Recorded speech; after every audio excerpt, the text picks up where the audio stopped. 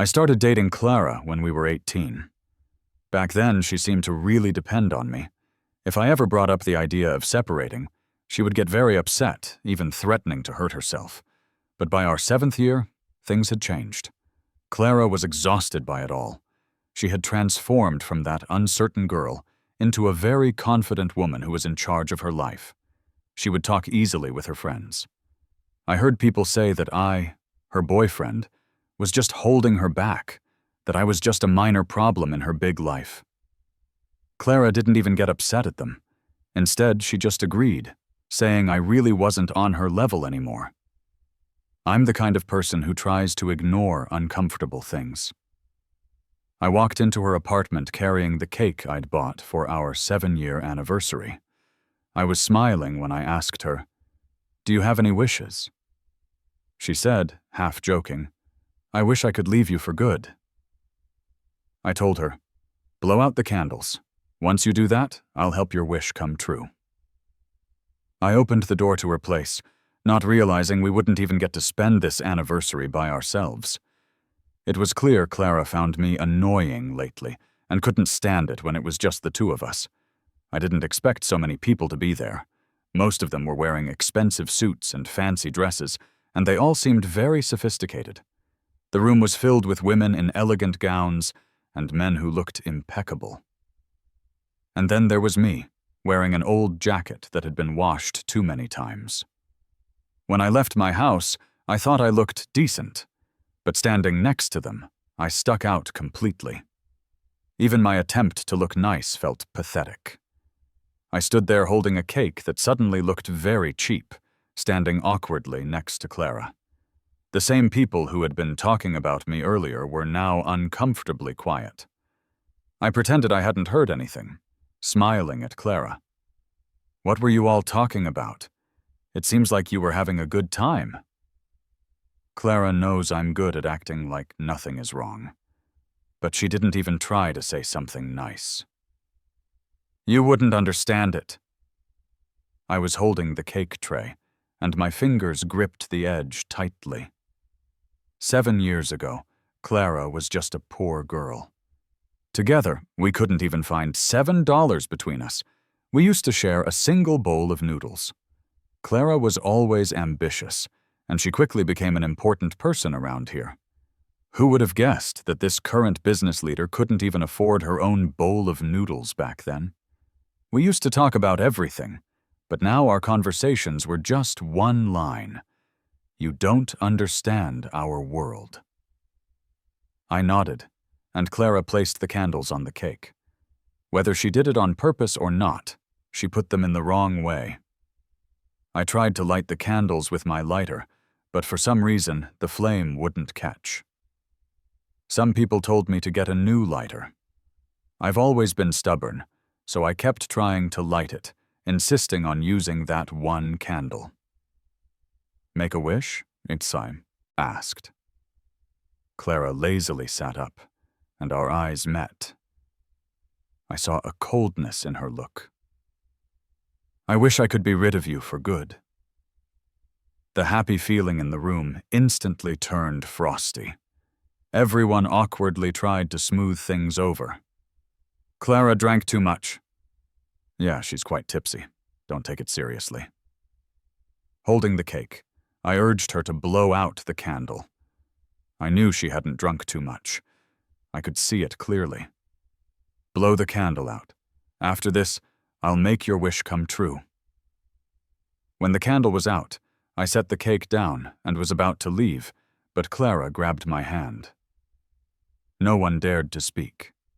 The room felt very tense. They were all watching Clara, worried about what she might do. But she simply pulled out a small ring box. "I've got a gift for you, too." Finally, cheers erupted around us. The music changed to a different melody. It was in German. I couldn't understand a single word of it, but they all sang along perfectly, talking about the love story the song told. I didn't understand what they were saying at all. I didn't even get their jokes. As they talked and laughed, I just wanted to find a corner to hide in. Clara slipped a diamond ring onto my finger. Her eyes, which had been so cold before, now seemed filled with emotion. She looked at me passionately. Clara said something that made everyone cheer again, and streamers fell from the ceiling.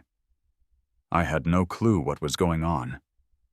I looked up, and every eye was on me, clapping and waiting.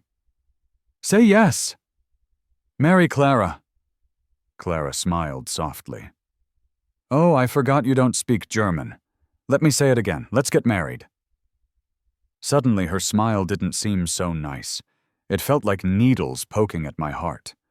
I couldn't tell anymore if this was a real proposal or if she was deliberately trying to humiliate me. The whole scene made me feel like I couldn't breathe. I dashed out the door. Behind me, I heard their laughter. "Leo's embarrassed!" They're the same age, but Marcus is so much more composed. Marcus. He's Clara's new assistant. I ran frantically, bumping hard into someone. I fell backward, landing awkwardly on a stack of beer crates. "Watch where you're going!" "Marcus, are you okay?" I looked up and saw Marcus, and he saw me. "Leo!" Marcus offered me a hand to help me up. I wanted to reach out, but my hands were covered with dirt from the fall. I didn't know how I could possibly grasp his clean hand. "What happened?" Clara came out from the room, drawn by the noise. In front of everyone, I awkwardly crawled up from the crates. "Sorry, Marcus. I was in too much of a hurry coming over and accidentally bumped into Leo." I didn't want to make Clara look bad in front of her friends. As I barely got to my feet, I realized I had sprained my ankle. If it wasn't for the wall, I would have toppled over again. It was just one embarrassing thing after another. I didn't know how I could lift my head. "Leo, are you okay?" Marcus asked. "I'll take you to the hospital." "No need." My sudden outburst seemed to puzzle him. Then came that deep voice from behind us. "Ignore him. He spent years toughening up out there. He's been through worse without a peep. He isn't fragile." Hearing this, I didn't feel much. It was true. Then her next line came. "Are you all right?" I turned to answer her, but Clara's gaze was on Marcus. She was worried about Marcus. I grabbed my jacket and limped out. "Move aside," I mumbled, pushing past people, blocking my way. My right foot was already swollen like two stumps. Clara's words landed one by one, stabbing right into my heart. "He was raised in the countryside. He doesn't know the etiquette. He's just naive. Don't hold it against him." I really didn't want to hear anymore. I left, gasping for air. I've only met Marcus twice. This was the second time. We're the same age, but he looks handsome and mature, with an air of elegance. And me? Around them I feel like some petty street thug. Even my clothes seem totally out of place. Clara has bought me those kinds of expensive clothes several times. She thinks I just won't wear them. What she doesn't know is that when she's not around, I've tried them on again and again. It's the same style, same material, even the same size. But on me, they just look cheap. I ended up tearing those clothes to pieces, and Clara just said, "When will you grow up? Stop messing around, I really don't have the time. Forget it if you don't want to wear them. I won't buy them again." I swallowed my explanation back down. I looked at the ring on my hand and slowly started to twist it off. Clara is tired of this life. And so am I. This time, let's just let each other go. I wish her all the best. From now on, she's free from me. After leaving, I went straight home. My mom is getting older, and her hair has some gray in it now. She was so happy to see me that she dropped the wash basin she was holding. "My son's back!" "Mom." She's getting older, and her only wish is for me to get married. She asks me about it every time I visit. This time was no different. "Are you not planning to marry Clara yet? It's your year next year, and if not this year, then it'll have to be the year after." My mom rubbed her dried, cracked hands. Years of housework have left them calloused and worn. Without me noticing, my parents' faces have filled with wrinkles. They know Clara is no longer that poor girl she used to be. The gap between us now keeps them from daring to mention marriage. Clara used to visit us often, but she hasn't since her company became successful. It might be that she's busy, or maybe she thinks there's no need to keep pleasing my parents. Thinking about how I've been a mess these past few years, I looked up and mustered my courage. "I'm getting married next month." "Really?" "Yeah." "That's fantastic, so great." I didn't want them asking more questions, so after dinner, I headed out.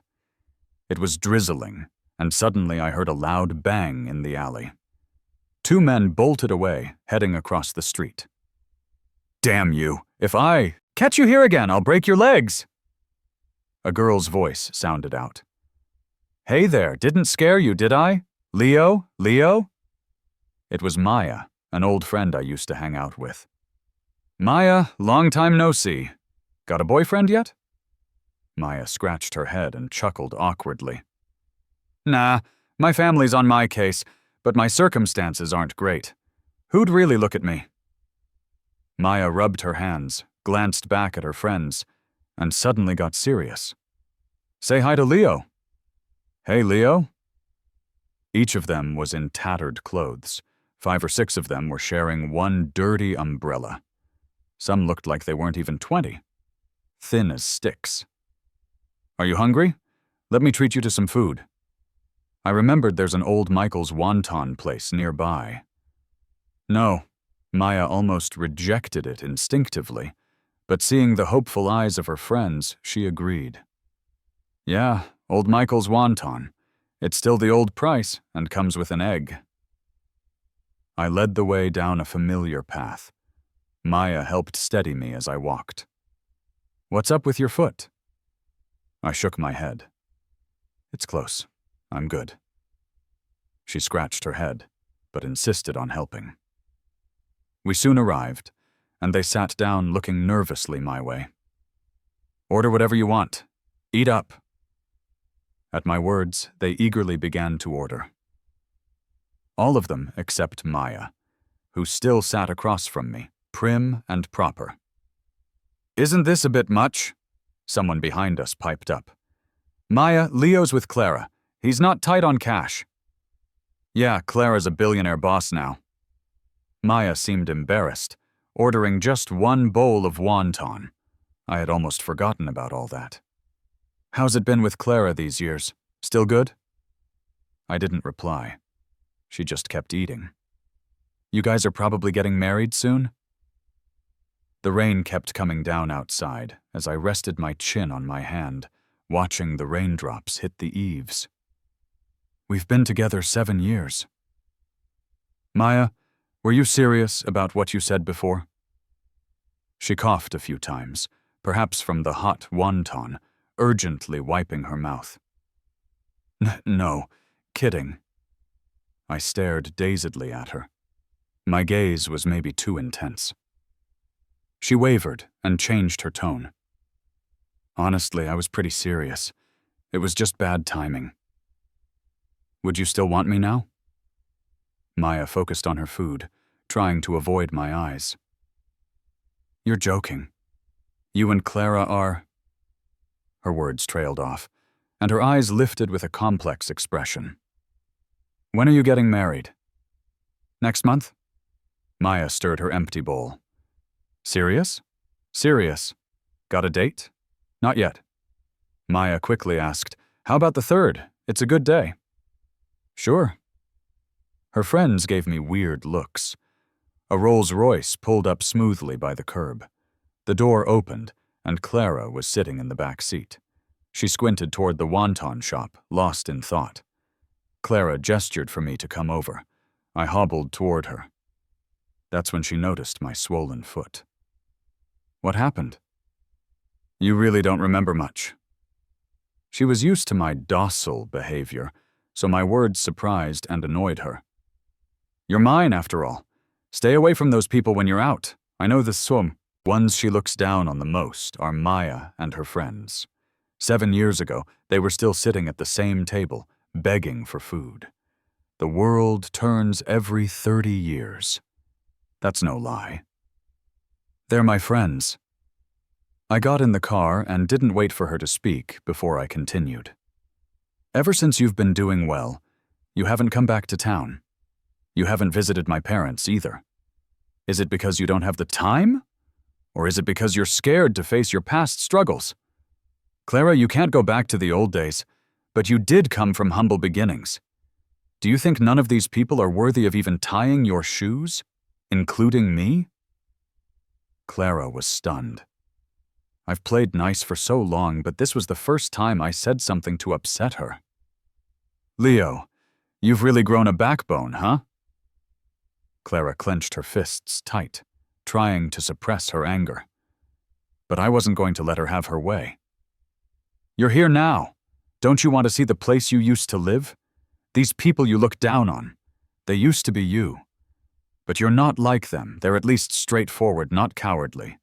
And you're the biggest faker of all. Since rising to the top, everyone around Clara has been nice to her. No one ever contradicts her. As she stood there, veins throbbing on her forehead, she spat out the word through gritted teeth. Get out! She tossed me out of the car. Come back when you realize you're wrong. I've got better things to do than your nonsense. Clara massaged her temples as her assistant tried to calm her down. Clara, don't worry. Leo will cave by tonight. He better not come back. Yeah, I always give in to Clara's temper. But this time, her plan isn't going to work. At the wonton stand, a few people watched the scene unfold. Was that Clara? Why didn't Clara stop by to see us? Her look was kind of scary. I didn't dare say hi. How is she scary? It's more like she's looking at people that don't matter. Maya, are you really going to marry Leo? They were clearly arguing. You know, couples fight and make up. By tomorrow, Clara might be cuddling up to Leo, and then you'll be out of the picture. Right, Maya. Why bother? You've heard it over the years. Leo is crazy about Clara, always humbling himself to please her. Better not get involved. I couldn't really hear what they were talking about. When I turned back, they were all giving me these goofy smiles. I hailed a cab, and as I was getting in, Maya called out to me. Leo! I turned around, and she shouted with her hands cupped around her mouth. Don't forget our promise! Okay. Back home, I slept a whole day and night. When I woke up and checked my phone, there wasn't a single message. In the afternoon, my phone kept buzzing. I thought it was the wedding planner, but it turned out to be Clara's chief assistant, Marcus. Leo, Clara drank too much at her meeting today.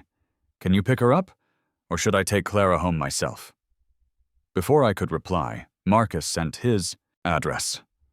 I didn't respond. By the time I got back, there was a car parked outside, a car I didn't recognize. I could clearly see Clara in the passenger seat, looking a bit lost as she gazed at Marcus. Now that she's in a position of power, she can look people straight in the eye. Just a look, and they'd usually fall apart. I watched her start to get emotional and try to keep it together, brushing Marcus's hair away from his ear. But her eyes never left his lips. I really envy Marcus. He's got things all figured out. He was eager, but just before she could have her way, he got out of the car. Leo, you didn't come, so I took the liberty of bringing Clara back. Marcus helped Clara out and pushed her toward me. Don't worry, Leo. Even though Clara drank a lot, I brought her home safe and sound. I suspected he meant something else, but his smile seemed too genuine. I didn't want to dwell on it. Thanks. I helped Clara inside, noticing her eyes still lingering on him. Her restless motions just made it harder for me to stay balanced. The pain almost made me let her go. Marcus hurried over and helped. Clara. Leo, let me help you. I wasn't sure if Clara was really drunk. Her hand clutched Marcus's hand tight. Marcus fiddled with the wedding ring on Clara's finger. Maybe it was a reminder, or maybe he was stepping out of line. I didn't want to deal with their exchanging glances, so I called for the housekeeper. Auntie! The housekeeper helped me get Clara upstairs. I stayed downstairs, tending to my ankle with some ointment. I relaxed for a while before heading up. At the landing, I bumped into Marcus coming down. Leo, I'm off then. He casually greeted me, but I didn't respond. Back in the bedroom, I thought she'd be asleep, but she was sitting up, her eyes filled with guilt. Her first words were, Leo, I want to get married. With who? With me? She lifted her eyes, her sharp gaze landing on me. For someone so proud to swallow their pride, that person was definitely not me. Clara didn't want to talk anymore. She turned away, lying on her side. Clara, let's break up. In an instant, her eyes shot open. Break up? Clara sat up. The lamp by the bed cast shadows on her face, revealing nothing of her mood. Her slight smirk seemed to mock my inadequacy. Really? You've got guts now? Trying a new approach? I'm not you. I don't have the patience. Every time Clara wanted to end it, I'd fight and protest. Hearing me say it now, she was thoroughly surprised. Fine. Clara was rummaging around the bedside table. A wad of cash landed on me. Don't you dare regret it later and say you made a mistake. Take the money and get out. Get out! When I didn't move, Clara sat in front of me with checks worth millions. She kept asking, Is it enough? Is it enough? Clara crumpled the checks and shoved them into my hand, then pushed me out the door. The door slammed shut, and I could hear Clara laughing inside. The housekeeper looked upstairs, worried.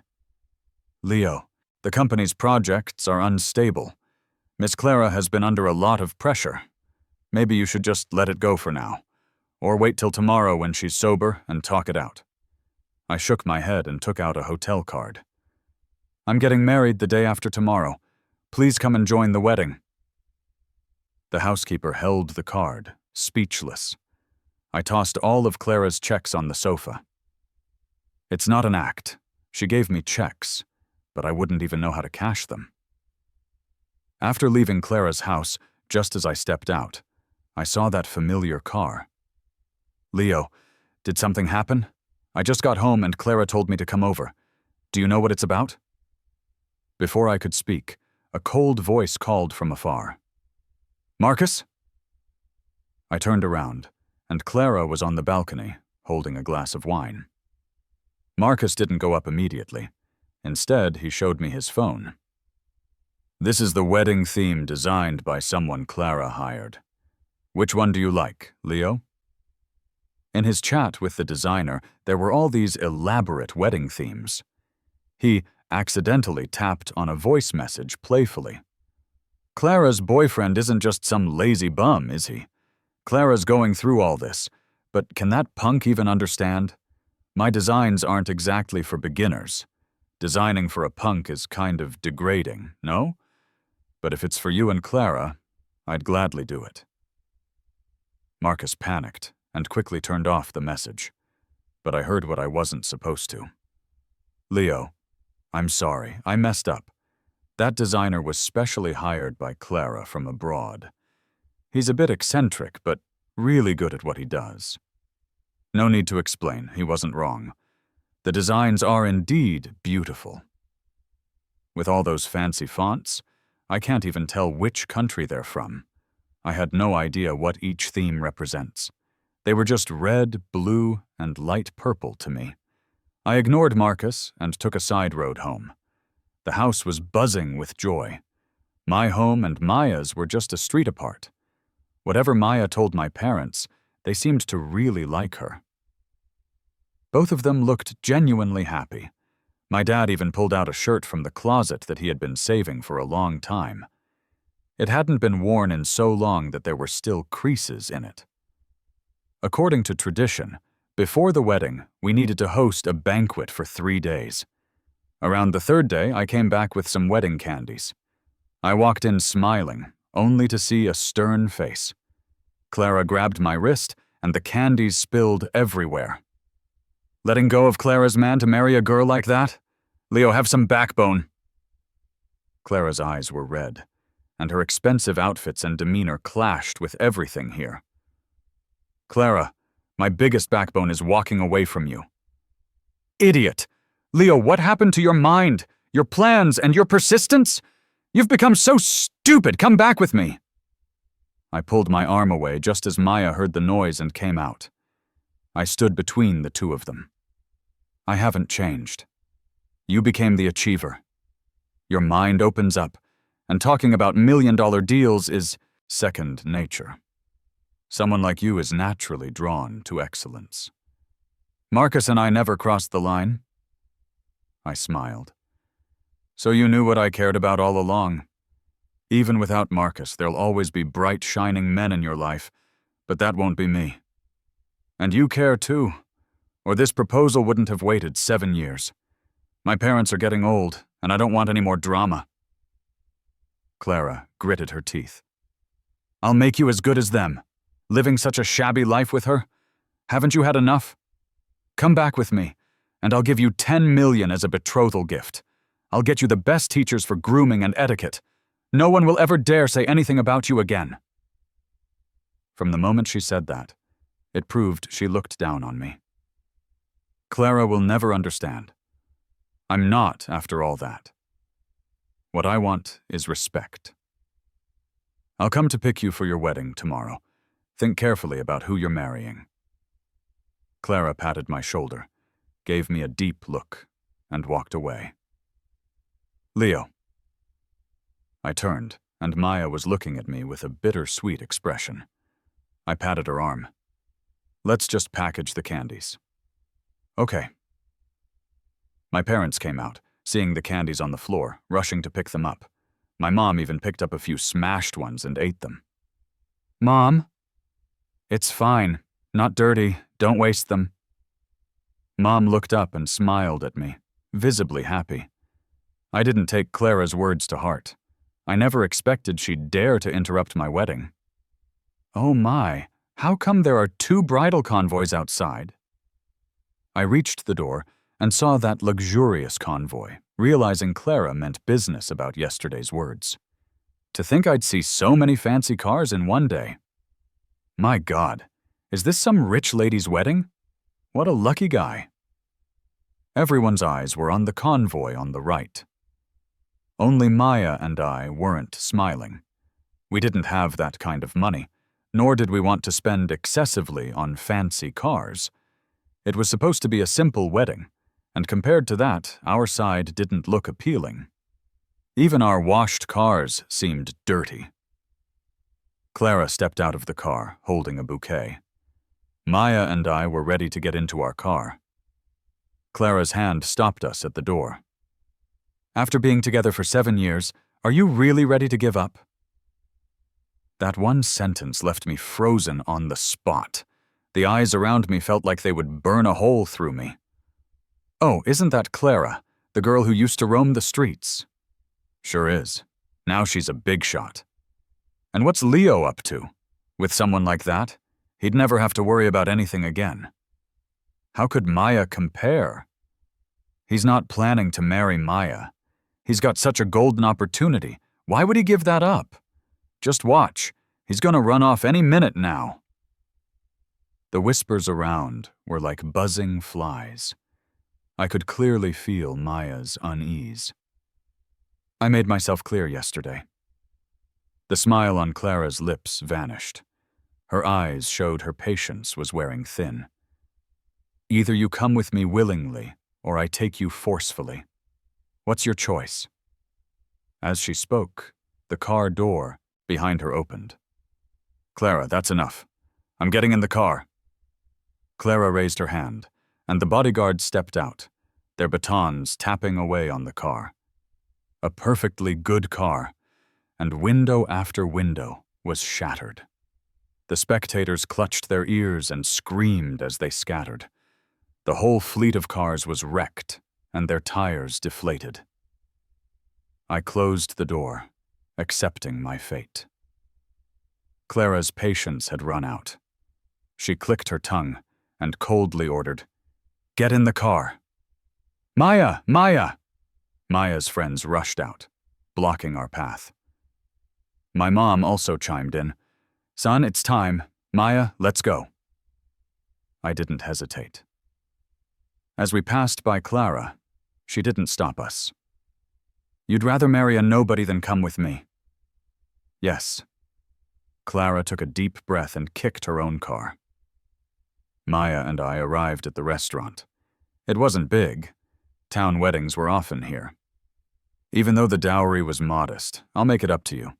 My dad set us up with a small shop, so we'll have something going for us. Sure. Inside, both sets of parents waited for us to greet them and serve tea. In the corner of my vision, I saw a figure. I avoided looking that way. Though our ceremony was small, it had everything we needed. As people ate, the place buzzed with chaos. I finally got some time to talk to Clara alone. We went up to the roof. Maya came with us but stood by the door smoking, giving us some space. Clara looked uncomfortable. "This small place might not be fitting for you," I observed. There was just one small table up there. She shifted in her seat. "So what's the rest?" I asked. "A breakup fee?" $10 million, she said. "It was meant for our wedding, but since you won't marry me, think of it as a breakup fee." "Marry me?" I asked.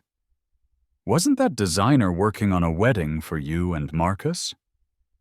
Clara laughed softly, a bit surprised and resigned. "Is that what you think?" She took a deep breath, wiping her face. "They say after 7 years, people itch for change. I really am sick of you, but letting go is just not something I can do. Watching you marry someone else is driving me insane." Clara's eyes started to redden, a mist forming. Tears were pooling at the edges. "Success looks different on you," I said. "You seem cool as can be." "Every second I'm here, I'm holding back an eruption of emotion. Don't you trust me?" Clara's eyes suddenly cooled. "Leo, do you want to see me lose it?" I leaned back, trying to put distance between us. "I probably can't stay in this city any longer." Clara looked over at Maya. "You want to do business? I left 10 of the best storefronts for you." "No thanks," Maya said. Clara stood calmly, stepping in front of Maya. "It's not charity. It's just making up for what I owe you all these years. Make it count. Don't let me down." With that, Clara left. We all grew up together, always hanging around. We always said if one of us succeeded, we wouldn't forget the others. Even if Clara had given nothing to these friends, they wouldn't have complained. They were genuinely happy for her. Her unexpected promise fulfillment left everyone stunned. On the second day after the wedding, Maya downed a bottle of booze. She gathered the guts to confess to me. Her friends whispered, holding Maya close. "Don't you know Maya's with Leo?" "When did that happen?" "Just last night, you know?" Maya scratched her head, claiming she was drunk. Whenever it came up, she said she forgot. No one thought I'd end up marrying Maya. Clara said an assistant would come. So the next night, Marcus showed up. "Leo, congrats on the marriage." "Thanks. Clara sent me to handle the transfer contracts. Who should I sign with?" Her friends exchanged glances, struggling to hide their grins. "Maya, Maya, Maya, you do it."